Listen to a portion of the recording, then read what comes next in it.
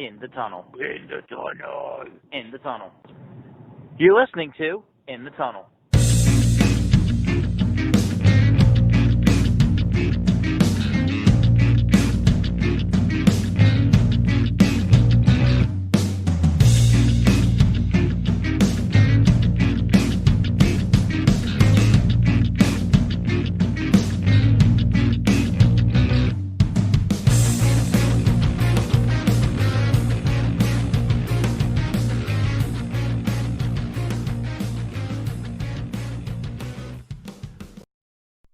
Hello and welcome to In the Tunnel, episode number 100. Now, did you believe it would take us over 3 years to get here? Yes and no. Yes, because, I don't know, we did do this while, one, there was a pandemic, which you would think would have gotten us maybe to 100 quicker, but at the same time, Yeah. when sports stopped, that really kind of eliminated things. Two, grad school was also a factor into this. And then you were moving, and then I was moving again. Uh, and also, I can't believe it because we really hit like 35, 40 episodes in the first year, like clockwork. Yeah, I think, We actually had a normal schedule. We were doing it almost weekly, if not weekly, then like 10 days. And then it just absolutely smack hit a wall. yep. Because as you level up in the real world, you don't have as much free time.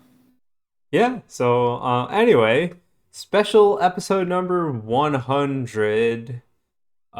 We are gonna spend it talking about one thing in particular, where we take a deep dive into the past of the NBA. Yes, this is our first trial of a deep dive format. Not to say that we will not continue doing our other format, but I think that this may grow some interest in otherwise not necessarily investigated areas. Yeah. Um, so, our first topic would be the deep dive of what if Grant Hill stayed with the Detroit Pistons, and what if that sign and trade that he was involved in never happened?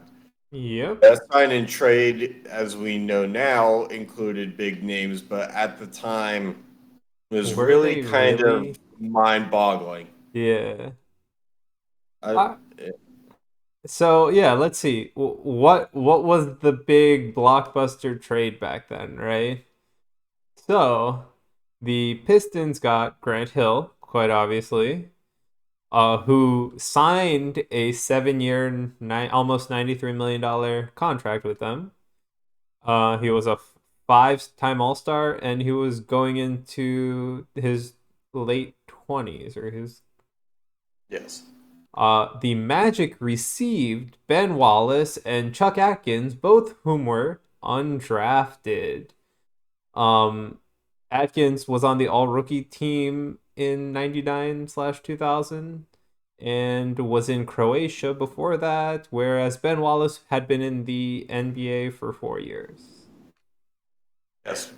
But at first glance, let's take a look at the one thing that really stands out here. And it's not the money. It's the fact that they traded two undrafted players for one top Superstar at the time. three, yeah, top three superstar who had been in the league 5 years and made five All-Star teams, Yep. essentially. And so, what we look at this in trade format terms, because I think a lot of this is lost on today's NBA landscape, is there were no draft picks involved in this trade. Nope. Whereas in today's NBA, draft picks are swapped like candy. Yep. Um, and so, what makes it very interesting is what actually made this seem like it was a fair deal to begin with. In theory, at that point in time, Orlando had fleeced Detroit. Yeah. But at the same time, money was very different then. I mean, it's And a it lot of could have been money. So seen. it's like they offloaded a huge potential cap hit, right? Right, but at the same time, NBA contracts in today's landscape do not operate the same way. There are no True. 7-year contracts anymore. I Yeah. think the longest you can go is 5. Yeah, that's if you're being re-signed, right? If you're re-signing with your original team, yes. Yeah. Then you get an extra year. If you're an external team, you have to go 4. Yeah. All right. So, So yeah, the trade not not like Taylor Hall 1-for-1, but a very confusing at the time of August 3rd, 2000 when this went down, yeah. 2-for-1 of Ben Wallace, who was a center at the time, an undersized center who I Oh, believe yeah. was 6'9", and Well, that was undersized, even in today's age, like 6'9" is a small center, right? yeah, but small ball will allow that to happen. Yeah. So, according to Basketball Reference, and thanks to them for a lot of this information, Ben Wallace, indeed 6'9". He went to Virginia Union University, Great. and Chucky Atkins was originally drafted, but then, or no, not drafted. He was undrafted. Undrafted. He went to Played Croatia. right, but he had his rights signed, I guess, and was playing in Croatia. He was a 5'11" guard. So no matter how you slice it, for the early 2000s, 5'11" is probably too short for a guard, and 6'9" is too short for a center. I think And they're at the cusp of like just being too short in the early like because I don't know if we can say that like the game not, became no, I think at like 0203 the game became like 6'2" or bust. I guess, yeah, there are some players since then 6 foot, 6'1", because you also have to remember Iverson was a 6 foot shooting guard, not Yep. even a point guard. But the thing that Iverson had was the undeniable talent and the ability to take over a game. Oh yeah. And the difference there was we're looking at a 5'11" guy from Croatia who went to South Florida and was American. And at that point in time, going overseas was not the way that you got into the NBA, whereas now you have an off chance of doing it. Yeah. Um, but to kind of disagree with you a little bit more when it comes to the center position, it wasn't just about height, it was about size down low too. Mm-hmm. You had the Shaqs of the world, Mm-hmm. and then in a couple of years later, you had the Yao Mings. So this is at a time where 7 footers maybe were not the most prominent and plentiful, but they were the ones who were dominating. Oh yeah. And I think as you were looking at the late 90s and early 2000s Lakers, and you saw a guy like Shaq dominating, My point is more Wade, so that like it still wasn't like it wasn't the majority, right? It was the Shaq or Yao Ming or like a few terms of, others. but in terms of building a team that enters a championship window, you had to compete with that level of dominance Mhm. because there were more dominant guards and forwards Oh yeah. go on. You had Chris Webber and Peja Stojakovic in Sacramento.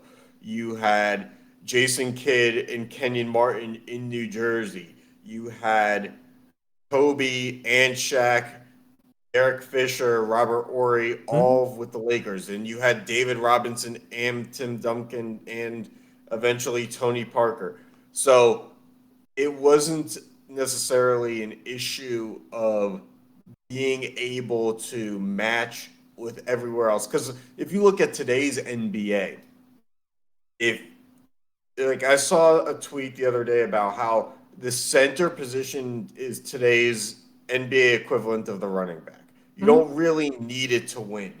But the difference is back then, it was completely flipped. Oh yeah. And there was because at that point in time, guys were going from high school to the pros, that talent was there even sooner. Yeah. So if you had a differential of talent, it wasn't, well, we have to wait for the next big thing out of college. That next big thing could make the jump 2 years earlier, arguably, than anybody else could have. Yeah. So Very that's where true. you got your Tracy McGrady's from, and that's where you got Dwight Howard was at the end of the era, Hmm. but you have a lot of different options that came there. Kobe came out of that path as well, so the college route wasn't for everybody at that time. Right. So anyway, let's take a look at the contracts.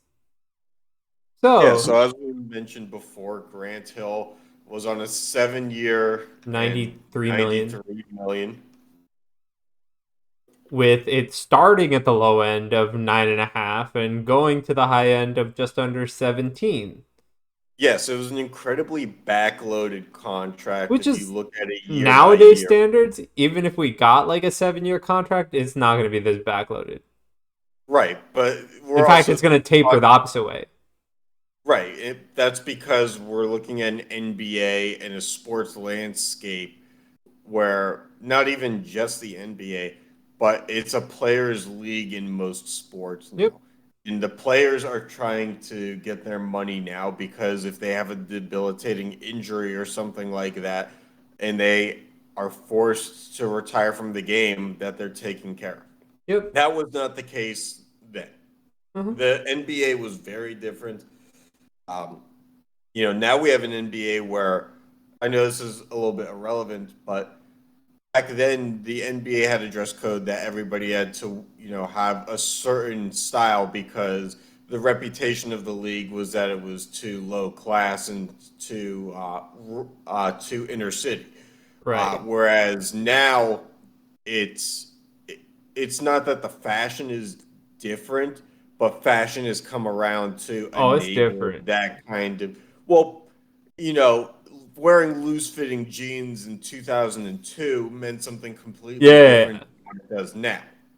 Now it's an homage back to then, but then it was seen as gang adjacent, for lack of a better term. Hmm. Um, and so the league was very different then, and it not only was the money different, the league was in a completely different place. International play wasn't, and marketing wasn't as strong. So the contracts, yeah, we see 7 years for 93 million. But what we also see is undrafted players getting somewhat marginally less money, but not like today. We'll see a guy on the veteran minimum Yeah. and will make 2 million a year, or a mid-level exception make 5 million a year, where a LeBron James or a star player makes 30 plus million. Yeah. But what we have here is almost, yeah, it's half the money, but the money wasn't a lot. Uh-huh. So we have Ben Wallace, who was on a, let's just say, a nice lengthy deal, and it worked out for him I think because it worked out for both he, sides, right, Ben Wallace? uh, I think so. Ben Wallace had only played 1 year with Orlando. And what was really interesting to me is the amount of interest that Ben Wallace had for an undrafted player at the time. Hmm. Because he was in his first year 22 years old, which now means, 4 year college player. And normally you'd be undrafted just for that reason. Um, but he only played 34 games his first year, 67 his second, 46, and he only started 16 games apiece in his second and third year. Yep. He only played less than 200 minutes overall in his rookie year, but yet he was able to flip to Orlando and become a full season starter. Hmm. And from that, gather what, a 6 year contract? Yeah. So Was he? uh, He it, might have been traded at the end. I'm not sure. At the end of what? The contract Um, in the last year, one of them was. no, he was 06, 07. He was Oh, okay. unrestricted. And then Chucky Atkins, 4 years, making 4 million. I don't know. He was kind of. I don't know what to say about that one. That's like Yeah, normal but undrafted, I guess. yeah. See, but this is where it gets interesting. Is if Chucky Atkins is your undrafted guy who's your run of the mill average guard, but Ben Wallace is your defensive player of the year, and the difference in the first 2 years is $1 million or less for the talent differential. And Chucky Atkins, who is nowhere near as the superstar that Grant Hill is at the time, is making a third of the money in the first year, then I But don't also, understand you why have this. to like contracts were different back then, right? Look at how backloaded both of these contracts for Grant Hill and Ben Wallace are, right? It's just a different type of contract, I think. I like Uh, if you're talking between this contract time and now as a contract time, well, it's too much of a different landscape because of the 4 year max if you're switching team. But also like it would be the same as saying like, oh, the guy who signed for like just 2 years and a guy who you're probably gonna pay $40 million for 1 year and then taper him off because you don't think he's that good. difference is now a Chucky Atkins is an expiring contract that never got the sign and trade. He's a throw in, Yeah, and he's a throw in with other assets. Because yes, in it like this is how the game has changed so much, but Grant Hill being a superstar and Ben Wallace, this is before we even knew that he was good because he was only averaging at this point in time in Orlando. What was it here? He was, we can take a look at the stats now if we want. yeah, let's do that because All right, so it's we are deciding to give you want to look at averages. Grant Hill, Chucky Atkins, or Ben Okay. Wallace first? Oh, all right. Let me actually dive in here because I found why I needed to. Ben Wallace was averaging 4.8 points per game and 8 rebounds. And Yeah, but he he was wasn't getting, playing. He wasn't starting. He wasn't playing that many minutes. he was. He started 81 games Oh, out of an 82 game season, okay. I thought we said he wasn't. averaging less than 5 points. Hmm. So you traded a superstar for, and I'm going to combine here in terms of points, about 15 points. Great. 15 points per game for a Yep. superstar. Why Anyway, wouldn't so let's see Orlando what the trade? superstar has done, right? Yeah. So we'll go all the way back to the 96-97 season where he played 80, right? Yes. So a little bit of a backstory here. Grant Hill, I believe, went to college all 4 years. Yeah, I think so. Uh, and he went to Duke, won a bunch of, or was in competition for national championships every year that he was there, um, because that's how Duke rolls. So Yep. yes, he won 2 championships and had a 4 year career at Duke, and he averaged 17 points and 7 rebounds at Duke in his senior year. Okay. Anyway, So we'll go. So he started off as he played forward, right? Shooting forward. Anyway, uh, right? Um, for his 96-97 season, because that's the year that we have on both of these charts, right? He had some turnovers, what like 120 were bad passes and 60 lost ball. Um, Yeah, but the thing about superstar playmakers, and again going back to Iverson, is there is a trade-off you will accept. okay. So like you get away with more when you have the ability to make plays that others don't. Okay, I guess, but I still think that's kind of like, Well, yeah, but I'm gonna play devil's advocate here for part of this stuff. If mhm. we're gonna poke holes in this, then let's poke Yeah. holes and call a spade a spade. Yeah, true, true. Is there any other stat you want to focus on? Uh, let's see here. I have to bring it up on my computer because I can't read this shit. Um, so yeah, in terms of win share, so what win share is, and what we're going to focus on primarily in examining the advanced metrics of this trade. A win share is a divvied up amount or portion that statistics deem a player contributes to the overall team success. So Yes. we're going to look at especially win share per 48 minutes. That's assuming that the player is on the floor for 48 minutes. What is the Their amount that contribution they. to the win. Right. So when we look at Grant Hill at this point in his career with Detroit, his win share He percentage had his high of his win share per 48 was at his high of 0.223. 0.223.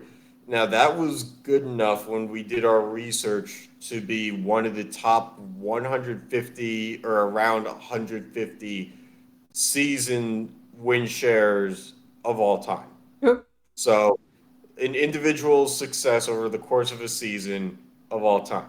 So we're talking Kareem, we're talking Jordan. Yeah. So, and this was on a team that, yes, they had Jerry Stackhouse for a number of years. Outside of Jerry Stackhouse and Grant Hill, was relatively empty in Mm-hmm. terms of depth, in terms of uh, front court scoring. So Grant Hill really stands out here. With that being said, at that same point in time, if you wouldn't mind indulging me as we go further through the list of players here, you look at Chucky Atkins, who had a win share over 48 minutes that at its best was 0.107. Correct. That ranked nowhere near the top 100 or Yeah, I top mean, you 500. don't expect it to. Don't Um, expect it to, but this just speaks volumes as to what Chucky Atkins was as a player. Because Ben Wallace did have a .190. That was his yeah. best, but But that hold was on, that's after the trade, right? So if we want so to be correct and look at it before the trade, we want to see the right. 0.142 that he had in 98, 99. Right. And as we said earlier, when it came to that, he was only playing 46 games that year. Yeah. But that So, shows he did pretty good in those, I guess. I mean, if you're theoretical about win share over 48, if you assume that there's only 5 players on the court, you expect to, like, in theory, perfection is point 0.2 for everybody, right? right. But that's not the truth, right? You have, like, back then especially, you had subs coming in all the time. So in the year where Ben Wallace's win share per 48 was at the highest, he averaged 6 points, 2 blocks, a steal, and 8 rebounds. Yeah, and let's just not talk about when his win share was minus 0.052. What year is that? 96, 97. He averaged a total whopping 1.1 points. Uh, Yeah, he had but a negative win share. this is a testament to him not playing, though. He obviously was a rebound machine in his career Yeah. when he averaged 2 rebounds. Yep. So, Um anyway, yeah. So do we want to take a look after 2000, 2001, right? Yes, and I do want to touch on this trade as a whole before we do that. Okay. So I did some extensive research here because, as we said, what were the dollars before? Um, and so, as it turns out, and thanks to all the sites out there who do chronicle this, you know, on we do have what looks to be, and I have to do some more digging to find Grant Hills on the certain site, but we do have what in today's dollars are adjusted, I think, uh, dollars as of recent years, what it would be. I don't know the exact year, but Ben Wallace's contract at the time, you know, you can add almost $2 million to either Chucky or Ben Wallace's Right. yearly contract for today's dollars, and that means But that means you well, probably can add payroll like is 3, 4 at a minimum to Grant right, Hill. absolutely, and then you have more of the differential you would see in today's NBA because we're talking percentage increases at that point in Yeah. time, much like you would in our full time work. Yep. Those percentage increases we live for. Who would have thought that 5% would be everything I had hoped? Um, so, but at this time, like I said, the NBA was a different game and that league was so differently run. So, but at the same time, we have to think of media markets. hmm You know, we're not talking about New York, we're not talking about LA, we're talking about Detroit, and we're talking about Orlando. And all the fucking kids in the world who go to Disney ain't bringing the magic back from the dead. Nope. So, uh, 24th in payroll in the NBA, and this was at a time where there were only 29 teams. Yep. We didn't have the Charlotte Hornets and we didn't have the New Orleans Pelicans. Um, and I'm thinking the Thunder too. I know I'm including relocations here, but like this is just we're showing the difference in era. Yep. So Detroit was number 24 out of 29 going into the 2000-2001 season in payroll at a lowly almost 41 million. hmm Now, nowadays, you'd have to be the Pittsburgh Pirates, Cleveland Indians, or Tampa Bay Rays to have a payroll that That low low. in Major League Sports.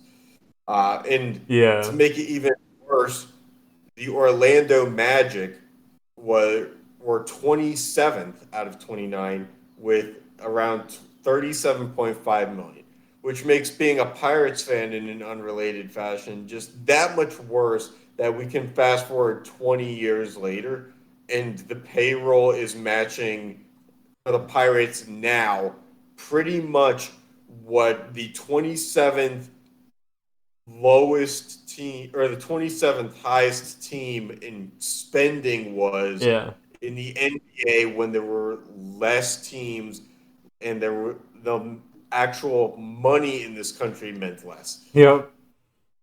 All right. So let's take a look at the teams in 2000, right? So obviously we'll start with the Magic. So you had Grant Hill and Tracy McGrady, quite obvious. Mike Yes, Miller, Tracy was an additional signing in this offseason too. yes.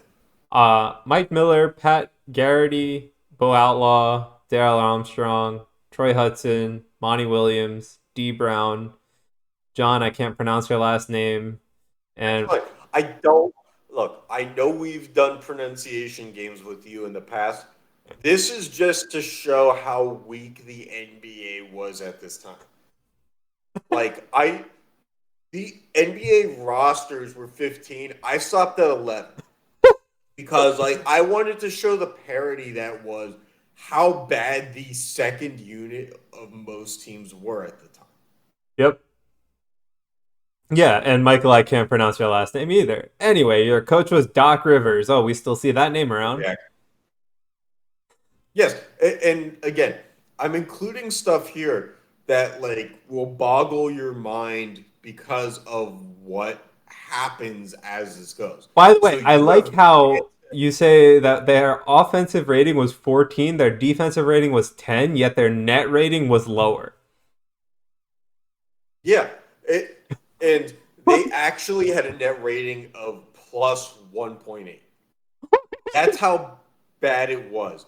It was like they brought in two huge names, and their offense couldn't, bl- But blast up the also, I chart. don't think you had players played like neither. Like nowadays, what you have like maybe 8 players that will play in a game, maybe. In the playoffs, maybe. Yeah.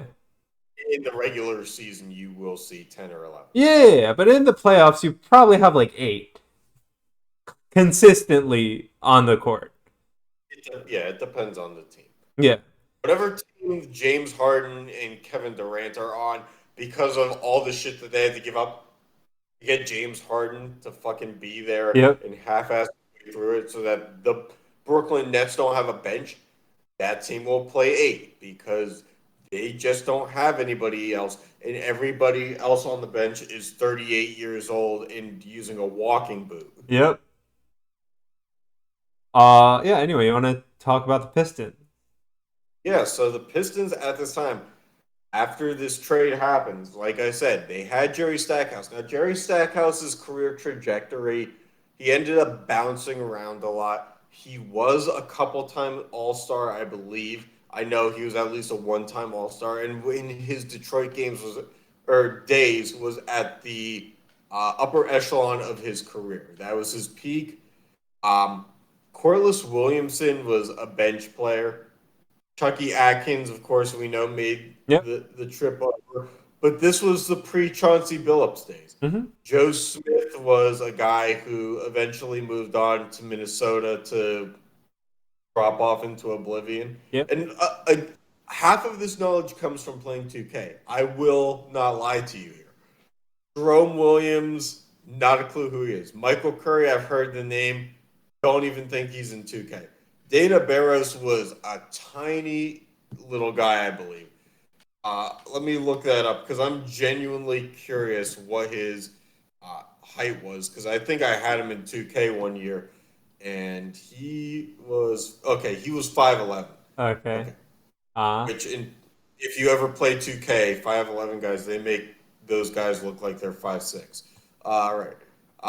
Billy Owens, who was decent in his time with the Golden State Warriors, but at this point in his career, that's not what he is. Yep. But Teen Cleaves, no idea. And then Mickey Moore. I don't know if you remember, Sean. Mickey Moore played in 2007, I want to say, or Yeah. 2008. Yep. The Nets were so strapped for cash that he was the only center they could afford Yep. when Nenad Kristich got hurt. And he actually, at that point in his career, and in his mid-30s, led the NBA in field goal percentage. Yeah. But that was the only decent year of his career. Yep. The And the coach. only reason why he was in the league that year Yep. was because the Nets were so cheap. Yeah. Anyway, the coach was George Irvine. Their I have offense never heard of it. offense was 25th, defense was 8th, and the net rating was 19th at a minus. Okay, so what we see here is where Ben Wallace goes, defense follows. But at the same time, what they gave up, if you're Orlando, is not a lot. You'll take being a top 10 team in Yeah. defensive rate. But this was only 01, right? Like, okay, and then we can go back and look, right? Like, what did Ben Wallace do in 01? Well, he didn't actually contribute to the team. He played 4 games. Or Grant Hill, sorry. On the Magic. Oh, yeah. He played 4 games. Yes, but Ben Wallace. in Ben Wallace 2001 did some contributions. Some is a nice way of putting it. He played 80 He had- games. He had a .121 in his win share. And he averaged a career high 13.2 rebounds per game. But you couple that with a guy who's still. And look, Ben Wallace was never a great scorer. No, That's just not at all. His career high for points was 9.7 points per game. Yep. At this point in his career, in 2000 to 2001, he is averaging 6.4 points per game. Mm-hmm. And if we go to Chucky Atkins and say, well, hey, excuse me, what did you do for us? Chucky gave you 12 points, but he didn't really give you much else. He gave you 4 assists, which are comparable numbers. This is in today's game, Chucky Atkins would be a decent, but I don't think still Chucky would Atkins not, is in the NBA in today's game. no, but his numbers would be in the NBA today. If a Okay. guy gave you 12 and 5 as a sixth man, he wouldn't win sixth man of the year, No. but you would take that on the top 15 teams in the league. Right. So, anyway, let's take a look at how the playoffs work. So, Yeah. obviously, only one of these teams are in the playoffs. The Magic Yeah. at 7 in the East. And we will have to say, this was a year, as Sean kind of alluded to mistakenly. Grant Hill played 4 games this year. And you'll see what this means because they added Grant Hill and Tracy McGrady, and this was one of their better seasons Yeah. without Grant Hill playing. And this was really, I guess, the birth of Tracy McGrady's career as a superstar. Because Yeah, he really made a name for himself in these few years. Right. And it kind of shifted. Was Grant Hill going to be the number 1 guy or Tracy McGrady? And from there on out, it was Tracy McGrady's team. Yeah. But that's kind of what makes us think, what would have happened if the trade didn't happen at all? Yeah. So yeah, the Magic were the 7 seed. They lost in the opening round, 3-1 in a best of 5. Pistons missed the playoffs 8 games out of 8th, which were the 11 games outside of Orlando. So Right, which was and don't ask me why. I just thought it was a nice thing to do to include the Western Conference, despite the fact that I realized halfway through that both these teams are in the East. yeah, I was like, wait a minute. Orlando is basically like in Florida's like the California of the East. So like we're splitting hairs really. All right. Elongated state on the coast. Yeah. Okay. So if we take a look at the roster for 0102, we have Grant Hill again. And we also see in this NBA landscape of the early 2000s, we're very much not in the era of super teams, by the way. Yeah, but I mean, your teams don't really change here. You're right. Your teams don't really change. At this point in time in the NBA, the best way to get big names or guys past their prime who are looking for competitiveness before their knees gave out, basically. Yep. And your rankings don't really change either. Right? So, no. If you're Orlando, the fact that you get Grant Hill back and he plays, I think it's like 14 games. Didn't really get him back in that sense. Yeah, he plays 14 games, but he averages 17 points. Did he play in the playoffs that year? No. In fact, it's worth noting here and now as we look this up, Grant Hill did not play a single playoff game for the Magic at all. Ever. Not until 2006, 2007, when he was 34 years old. Yeah. But in the era of what we're looking at, which is the 4-year window of Wallace, Hill, and Atkins being on these respective teams, Grant Hill never played a meaningful game. Let's see the playoffs, right? So here we actually have a pretty big reversal, right? Where the Magic, they improved, they got to 5th, but the Pistons are 2nd. The Pistons have a 50-32 record and they make the 2nd round, okay? The Magic have a 44-38 record and they lose the 1st round again. Yeah. So I mean, as you said, roster turnover doesn't really happen at this point Yeah. in NBA history, but you know, you think year two, even if you don't have Grant Hill, you have McGrady second year in the system, should be able to make some kind of jump. I But mean, when I they, say some kind of jump, I don't mean one game. yeah, I don't mean being fifth by and beating your old record by like one game. Yes. And like, let me take a look here, and if you wouldn't mind going through the Pistons, because I want to see what exactly this Hornets team that won looked like.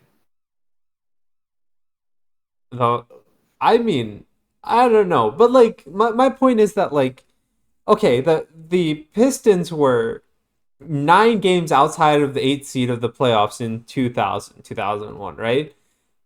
Hmm. They were like 32 and something. I'm pretty sure they just reversed their record. I mean, I'm not looking for that type of improvement for the Magic, but like, damn, you're the ones that's supposed to hit 50 wins, especially because you had Grant Hill for 10 more games. This should have been like at least 5, 6 more wins, right? Yeah, yeah. No, I absolutely agree. But And it's just like what it's not even you didn't just miss the expectations, you literally just let down the expectation. yeah, So all right, you have but who didn't let down the expectation were those Pistons, yeah, who somehow jumped from 11 games back of the Magic all the way to second place in the East. yep. So at that point, you look at what Orlando has and you say, there's no excuses. The Pistons have, if we can go back a slide and take a look at that roster, like What is we this still have team? no, we still have no Chauncey Billups. We still have Corliss Williamson as your number three. Yeah. This team has no right winning 50 games. What is this team? The previous record of theirs was 32 and 50. How did they switch their record around is my question. Right, an 18 game swing. Yeah. But the Magic, who have, yes, another year of injured Grant Hill, But he played they 10 still more have the, games right, but they still have a bigger superstar in Tracy McGrady than any of at this these players. time than any player, right? Because Ben Wallace, like we said, his career high in points is 9.7. Yep. And at the end of the day, that doesn't mean shit. The amount of rebounds he gets. Tracy McGrady putting up 20 some points per game or close to 20 points per game will always outdo the rebounds. Oh, So it's a very interesting all right. model. Well, let's take a look at our final playoff outlook, right? So, we are actually have some differences in players this year, right? Aside of Grant Hill, Tracy McGrady, you Yeah. have So you have Drew Gooden in his rookie year, yep. and Drew Gooden did have a very long, successful NBA career. He was never an All Star caliber player, but he was a big man But who you don't need to could be get an you all-star in the league. caliber player to be in the NBA. You need to just find your niche. Right. You had, but this is where I say, and I know you remember Jacques Vaughn, who was Jason Kidd's backup back in the day. Yep. He was god awful with the Nets, but hey, he's apparently a coaching whiz now. But again, getting back to what getting big names meant at the time. Any team in the 90s would have killed to have Horace Grant, but at this point in his career, Horace Grant is nowhere near what he was. Oh no. Any team in the 90s would love to have the Sonics version of Sean Kemp, but at this point, Sean Kemp had ballooned up to be a relatively, let's just call it, thick person. Like he was very out of shape Yep. and he was basically getting cut from teams, but his name kept him in the league. Yep. This was Sean Kemp's last year in the NBA, if I'm correct. Yeah, but okay, we finally entered the era of Chauncey Billups, though, on the Piston side, where you have Chucky Atkins down to sixth man. Yeah. I, but that's like, look, this is what I said earlier. Chucky Atkins' model statistically plays out as a sixth man. Yeah, but If he you're only going, wasn't. if you're a point guard and you're only going to get 5 assists, granted, when I play basketball, I'm looking to dish the ball more than anybody in today's NBA playing the point guard position is. Yep. But 5 assists is low. You Yeah. should be somewhere around at the very least 7. Hmm. That's just at that point where the where superstars didn't run the show, and you could get away in today's NBA with being a point guard who has 3 assists. At this point in time, the point guard position was not about scoring a ton No. of buckets. It was about getting plays to other people. I mean, I Now, think that like the names of the positions mattered more in previous years. Like, like you had point guard, but you had the shooting guard. You had the center. Like all these like guys, like the center doesn't really matter. Just jump for a ball and get it, right? Nowadays. yeah, if that. And you literally had the point guard who literally just stood point and the ball was going in and out of his hand. Not towards Right. the net. So the interesting thing here is we now look at a Pistons team that has acquired some talent. Yeah. Chauncey Billups, we realized more and more as we did our research beforehand, excuse me, was a top draft pick who kind of stagnated early in his career Yeah. and eventually made his way to Denver. And he was from Colorado and he went to college in Colorado, but did not stick with the Nuggets. And eventually, after a sign and trade that put him in Denver, ended up uh, in Detroit as a free agent. Yep. Um, and then Richard Hamilton, who was drafted a top 10 pick in 1999 by the Washington Wizards, so was probably with Ben Wallace at the very end. Actually, no. No, Ben Wallace left in '97, right? Uh, Ben Wallace left in 1998-99. So this was the following offseason. Richard Hamilton is drafted to the Wizards. Yep. Hamilton spends 3 years with the Wizards before being traded to Detroit for a package including Jerry Stackhouse. So Jerry Stackhouse, the team's leading scorer, is shipped out for a guy who is in his 4th season, and at that point in time, Richard Hamilton, let's see here, was averaging or coming off a season where he did average 20 points. He's a shooting guard in this day and age, shooting guard, small forward. His second and third years in the NBA, he averaged 18 and 20. Hmm. That's a big haul. You're willing to give up Jerry Stackhouse, who is now at this point plateaued Yeah. in terms of what he will give you. You know what he'll give you, but he's not going to get better. No. Whereas Richard Hamilton is Can't going get better. into his age 24 season with a ton of time to get better. Yep. But you don't know what you're getting in Chauncey Billups. Clifford Robinson at this point in his career is still a starter, but his best days were in Portland. Yeah, that's about a it. couple years prior when they lost the conference finals to the Lakers. But then the rest of this roster stays relatively the same. And you'll notice that Tayshaun Prince, who eventually becomes the third man or the fourth man, I guess, because of it depends on where you really want to put Ben Wallace in the equation. If we're talking scoring, Tayshaun Prince takes the third man Yeah. and Wallace takes the fourth.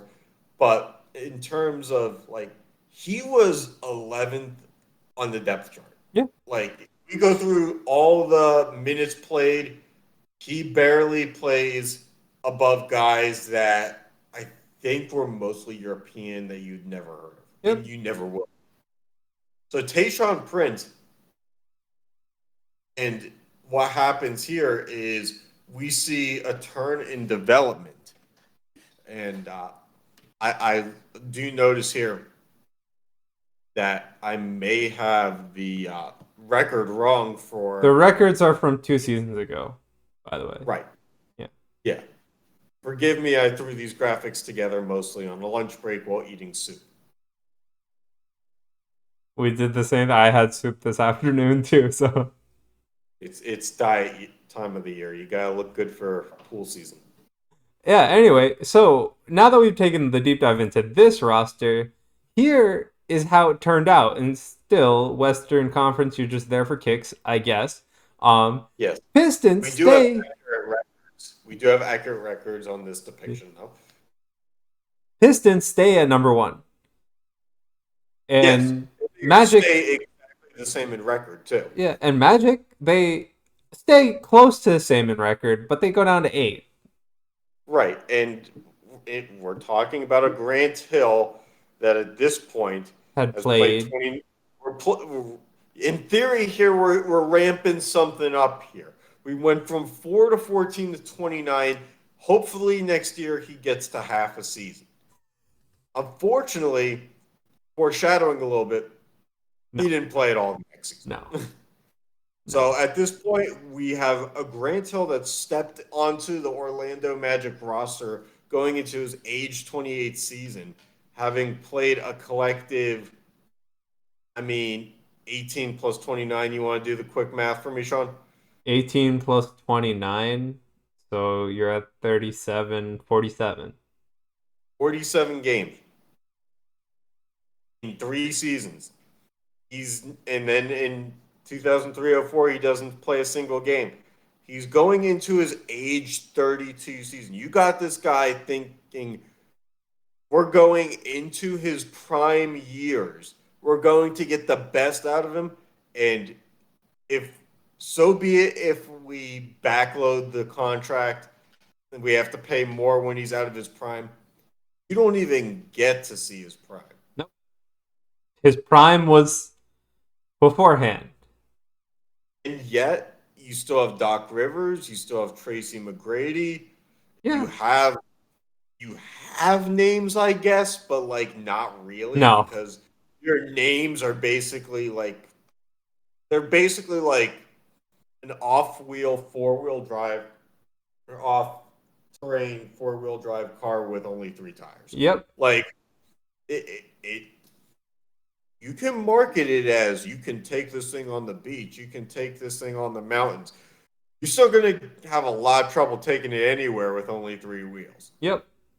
So that's what the Magic are at this point. And they're desperately grasping for straws and desperately grasping for competitiveness because this is how it works in sports. You balance the books, you take a big swing and say, now's the time to build up and be competitive, and we're going for it. You kind of have to go for it because you have Tracy McGrady on the books, and Tracy McGrady is not going to be like, well, I came here to, just do the same thing that Toronto was doing, which was not really winning. Yeah. But so the other thing is this Doc Rivers led team lost to the Pistons in the first round, albeit it was 4-3, so it's kind of close. But right. The Pistons, who now have Rick Carlisle instead of George Irvin, whatever. Who gives a shit? Yeah, they make it all the way to the Eastern Conference Finals where they lose to the Nets 4-0. Yes, as Sean and I would put it, the glory days. Yeah. Back when, I think I remember they led the game 4 of the Eastern Conference Finals with an alley-oop from half court. Yeah. And that was the highlight of being a New Jersey Nets fan. You were like, can't go wrong from here. And it can. It absolutely did. So, but Rick Carlisle as many basketball heads will know, has been a coach that, looking at it now, has been around a very long time. George Irvin was not. Doc Rivers is. So, yes, we're talking about, at this point in time, guys who are young in their head coaching careers, because we're not talking about the Yeah. Doc Rivers who was in Boston and Yeah, he made LA a and name for Philly. himself in Boston and Philly. Yeah. Right. And we're also not talking about the Rick Carlisle who, was a mainstay with Dallas for many years with Dirk and won a title there. Yep. But we are talking about coaches who had a lot of potential, Yeah. coaches who did very well with star players. And look, Rick Carlisle, when he was looking further down the line, when he had basically just Dirk, still got them to the finals. Yeah. Doc Rivers, when he had Paul Pierce, kind of had the same result as what the Magic were. Mm-hmm. And it wasn't until there was a lot of star power there. Yeah. So now we're talking about coaches and analyzing it and realizing some coaches need a lot of help and some coaches don't. So let's go back and actually say, who do we think made out on this deal, and what would have happened in the reverse? Yes, and I think we need to play out the hypothetical here of Grant Hill's health too. Yeah, but can we attribute the failure of Grant Hill's health in any part to the Magic and its support staff?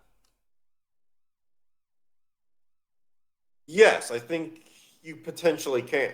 Okay. Because, yeah, Grant Hill only plays 4 games in that 2001 season.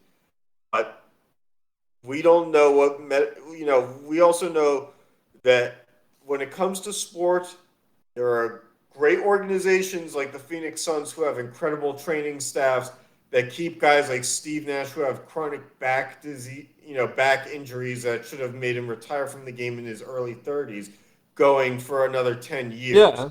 There are also organizations where, like, I want to say the New York Mets, where a guy walks down the stairs, gets hurt, and he's out for months. Yep. And the reality of the situation is we don't know where Detroit and Orlando fall with their training staff at this point in time.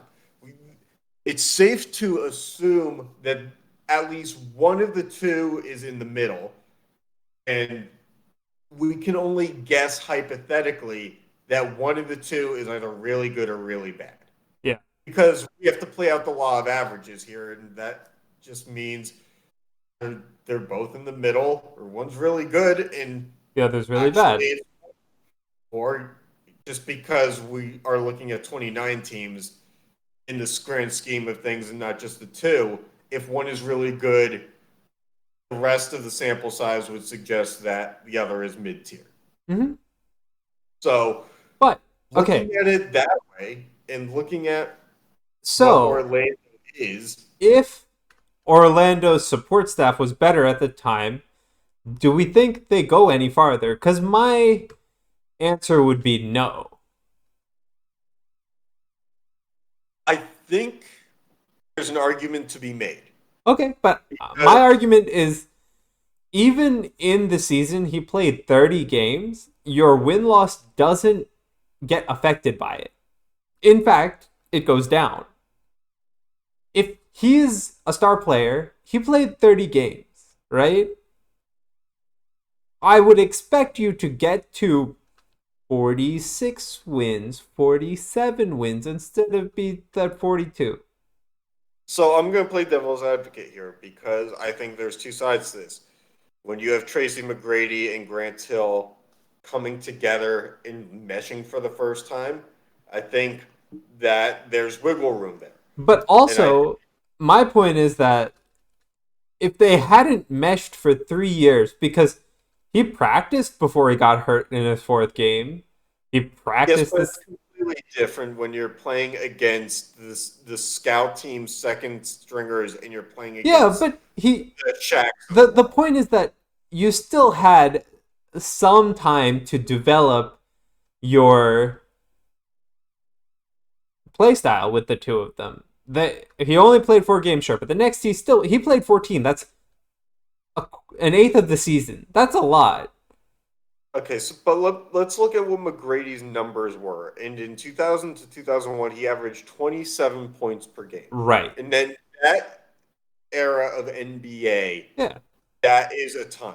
Yeah. And then if we look at what Grant Hill was set to average, because I'm going to look at his in between his 29 and 14 games and kind of project out on the 4 game because he was younger. It's only right to project out. I mean, you can even take.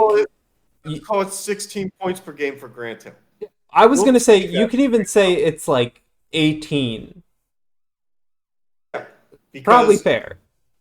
And Orlando thought they were getting what Detroit got in their last year, which was 26. Mm-hmm. So if you project that out, yes, McGrady and Hill combined are not getting 27 points a game combined for each of them. But 27 and 18 is normal.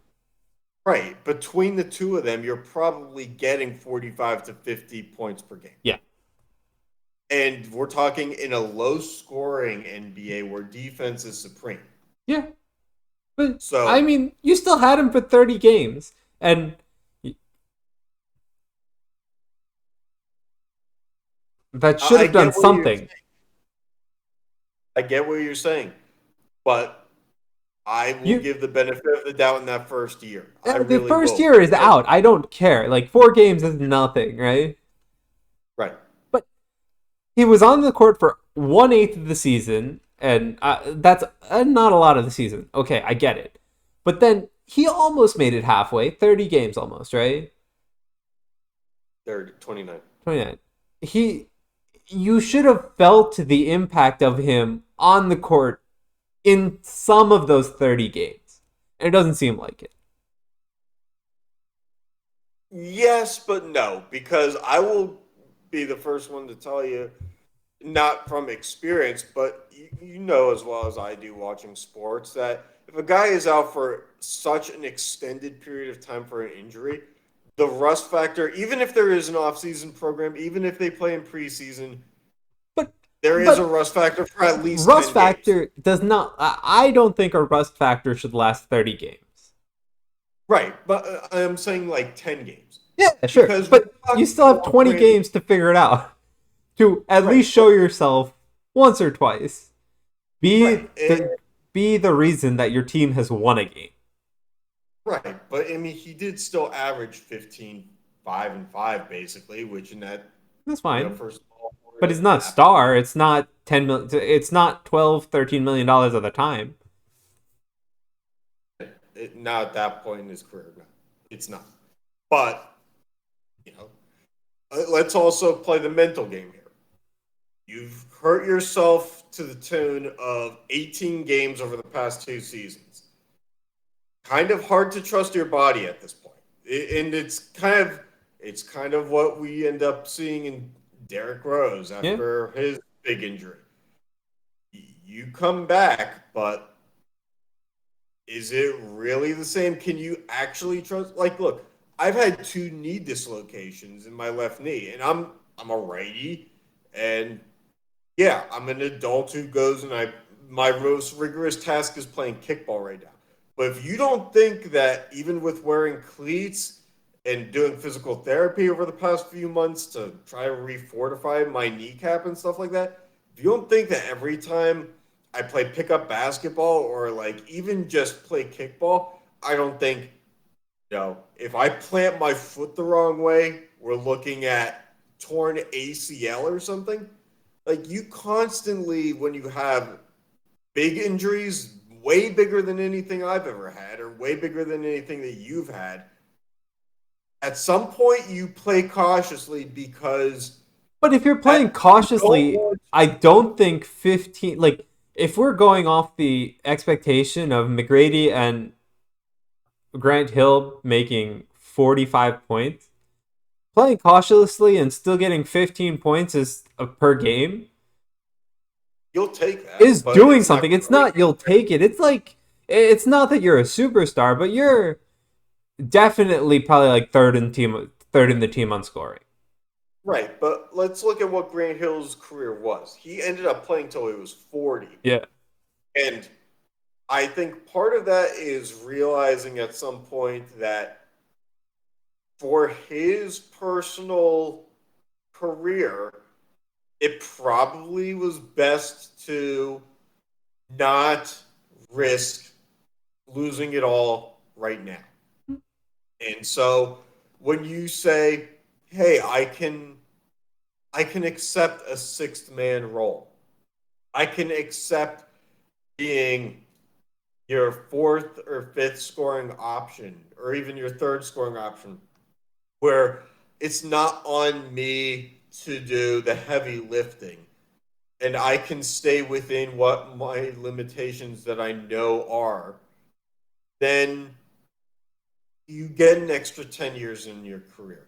Yep. Carmelo Anthony, once he was out of the league because he wanted to be a starter when he was with Oklahoma City, and he didn't want to accept that he was in his mid 30s or early 30s, whatever it was, and that he was a one-dimensional player and the game was passing him by. Once you come around to accepting your limitations, you open up the door for, potential growth and a potential to elongate your career. And I think at one point when you look and say, I've played 47 games over the past 4 years, when I played 4 years of college without really missing a game, and I played, 80 plus games, like 5 of my first 6 years, Yeah. there's no reason to think that you're going to slow down until it happens. And then you kind of have to say, well, the numbers say that I've slowed down heavily. So as I get older, am I actually going to get better? So I think, to me, and this is a long way of getting back to it, I think that Grant Hill probably, we're not saying he forced his way out of Detroit, but we're also saying at this point in time, a 7-year contract and the money and how the league was spending, if we're playing out a hypothetical where there's a fixed cap and everybody plays by the same budget and can spend the same amount of money, then Detroit had no reason to let him go. And, 2 years later, yeah, maybe they still have Jerry Stackhouse, but if they make the same moves because they realize they can't win with only Grant Hill and Jerry Stackhouse, and they make the same moves, you obviously could have won a championship without Ben Wallace. He got you rebounds. He was good defensively, but what does 2 blocks a game really do for you? But for that amount of money, 2 blocks a game is fine. Right. But you could have afforded a superstar with that amount of money. Right. But say that Stackhouse leaves, you don't get any draft capital from that trade. Uh-huh. But what you do get is you still, because Richard Hamilton went to Washington, Washington's not a factor in this. Washington still has the same draft pick and still takes Richard Hamilton. They still flip it for Jerry Stackhouse. So that trade remains the same. Tayshaun Prince, I think, was a late first or second round draft pick. So we're going to operate under the assumption that either way, you could have gotten him. Chauncey Billups was still bouncing around the league, and at this point was after his second or third team. So we're going to operate under the assumption that he wasn't big money to begin with. So if everything plays out, I think, yeah, you would trade off having Ben Wallace's stats for Grant Hill's stats. And I arguably think, yeah, you never see Darko Milicic in a Pistons jersey, and you don't have to endure that big bust potential. But the Pistons won 1 ring at their height. They got to the finals twice. They won 1 ring. Mm-hmm. You can argue that if they give that same contract to Grant Hill and he stays in Detroit, because then he plays all the way till 2007, You can argue that they make the finals more times. You make the argument that they win at least 2 rings. This is, and we're talking about competitive window before Rasheed Wallace is even there. Okay. We're not even factoring that in because Rasheed Wallace was still an all-star when he got there. But yeah, even then, you take Grant Hill over Rasheed Wallace, even with injury risks. Mm-hmm. Because Rasheed Wallace is on the decline or has plateaued, but Grant Hill is a superstar. And you'll take that. So, I think that Orlando, I think that they mix well having a Tracy McGrady and a Ben Wallace. I think that inside outside game would have been beautiful. It kind of would have been a mini Kobe Shaq. It wouldn't have gotten you rings, but it probably would have gotten you. I think that Ben Wallace on the Magic with McGrady, in the grand scheme of things, with how much Grant Hill got hurt, it was probably a better team. I think so too. But what I will also say is looking at what the Pistons got out of what they did in reality, how things went. You still needed Tayshaun Prince, you still needed Chauncey Billups, Ben Wallace, and you needed Richard Hamilton to get to a finals and win 1 ring. So to say that the Magic would have been what? Any better than a team that makes the second round? I do Is think they probably are more consistent, though, and have a better shot out of the second round. If yeah. this, Yes. And look, the East at this point in time is weaker than the West by a long shot. Yeah. The Kings, the Lakers, the Spurs are all dynasties Yep. in their own respect. Well, not the Kings, but they were really fucking good at that point in time. Whereas the best teams in the East were the Nets, who had massive holes, Yep. the Sixers, who had massive holes. And so Detroit really became the juggernaut just because nobody really stepped up at the time. Yeah. Because the best team in the 2000s decade in the East has to be, at first thought, based on roster construction outside of the Pistons, the '08 Celtics. With Ray Allen, Paul Pierce, and Kevin Garnett. That was the start of the super team era. Yeah, true. Every other team had holes that could be exploited in the East. Yeah. As I remember in the mid 2000s, the Golden State Warriors missing the playoffs entirely with like 48 or like 43 wins. And at that point in time, they would have been like the third or fourth best team in the East one year. Yeah. So the East was way worse. So yeah, Orlando would have been better. Maybe they sneak into a conference final, but they're not winning. No, I'm not saying they win. Nobody's saying they win. Even the Pistons, I think the Pistons, if you switch and you keep everything the same, do they win? It's not guaranteed. It's not guaranteed, but the way that their roster is then constructed, it is. I mean, I think it changes the dynamic of that roster. Just the Ben Wallace part leaving, it changes the dynamic of that roster a lot. So it really matters is like, do they find that non-defensive play style, and do they use it well? And it's weird because when I think about teams, I think Orlando very much not so much as a franchise that values defense, but it was to say, because like, look, Tracy McGrady wasn't the defensive ace in his own mind. He was one of my favorite players growing up, but like that dude was all about scoring. Yep. Whereas Detroit, like, they kind of acquired a lot of guys who could do a little bit of everything. Yep. And Grant Hill was no exception to that. Yeah, he had lost ball turnovers every now and then. But like he had it's not what, like he was a 2, slouch 3 on lost balls defense. a game? 2, maybe 1.5. I mean, you're the best point guard. I remember the best college But basketball point like guards he average basically in this- had 2 lost balls and 1 bad pass per game, which is like nothing in the grand scheme of things, I think. Yeah, but like, look, I remember that in college basketball, the best assist to turnover ratio that you would love to have for a point guard is 3-1. Mm-hmm. So, for what Grant Hill was doing as not a point guard, you have to think that the ratio is closer to 2-1. Yeah.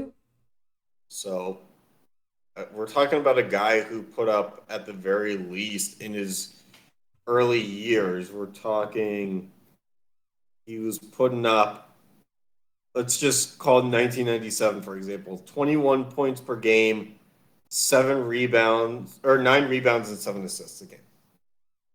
That's about 2-1. 2-1, maybe closer to 3-1. No, it's closer to 2-1 if you say he's going to turn over 3 times. With 7 assists per game. He's going to turn over 3 times a game, right? So 7 threes are 2.3. Well, I'm saying for a small forward. Yeah, I mean, so numbers are it is closer to what 2-1, so it's you want. fine. That's what I'm saying. So I'm saying his numbers are closer to what you would want from a point guard because it is closer to 3-1. It's 2.5-1. Fair enough. So Anyway,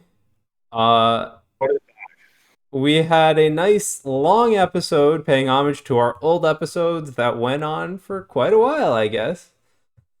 it'll never compare to the 2-hour first episode that we ever did, which was subsequently met with a family friend saying, "You got to shorten your episodes." And I said, "Thanks, Tim. You've done one so far."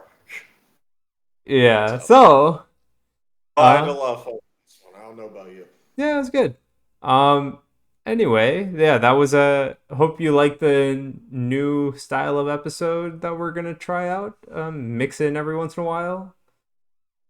And we have an in-person episode version 3 coming soon. Is it 3 or 4? Whatever it is. 3, I think. So get ready for that. We've got some. I don't know if we're going to do this in bar stools or we got to figure out where to actually do this. Anyway, I'm not going downtown and like renting out a podcast studio in some like upscale apartment building. no. Anyway, yeah, so that was episode 100. Thanks everybody for tuning in and catch you next time.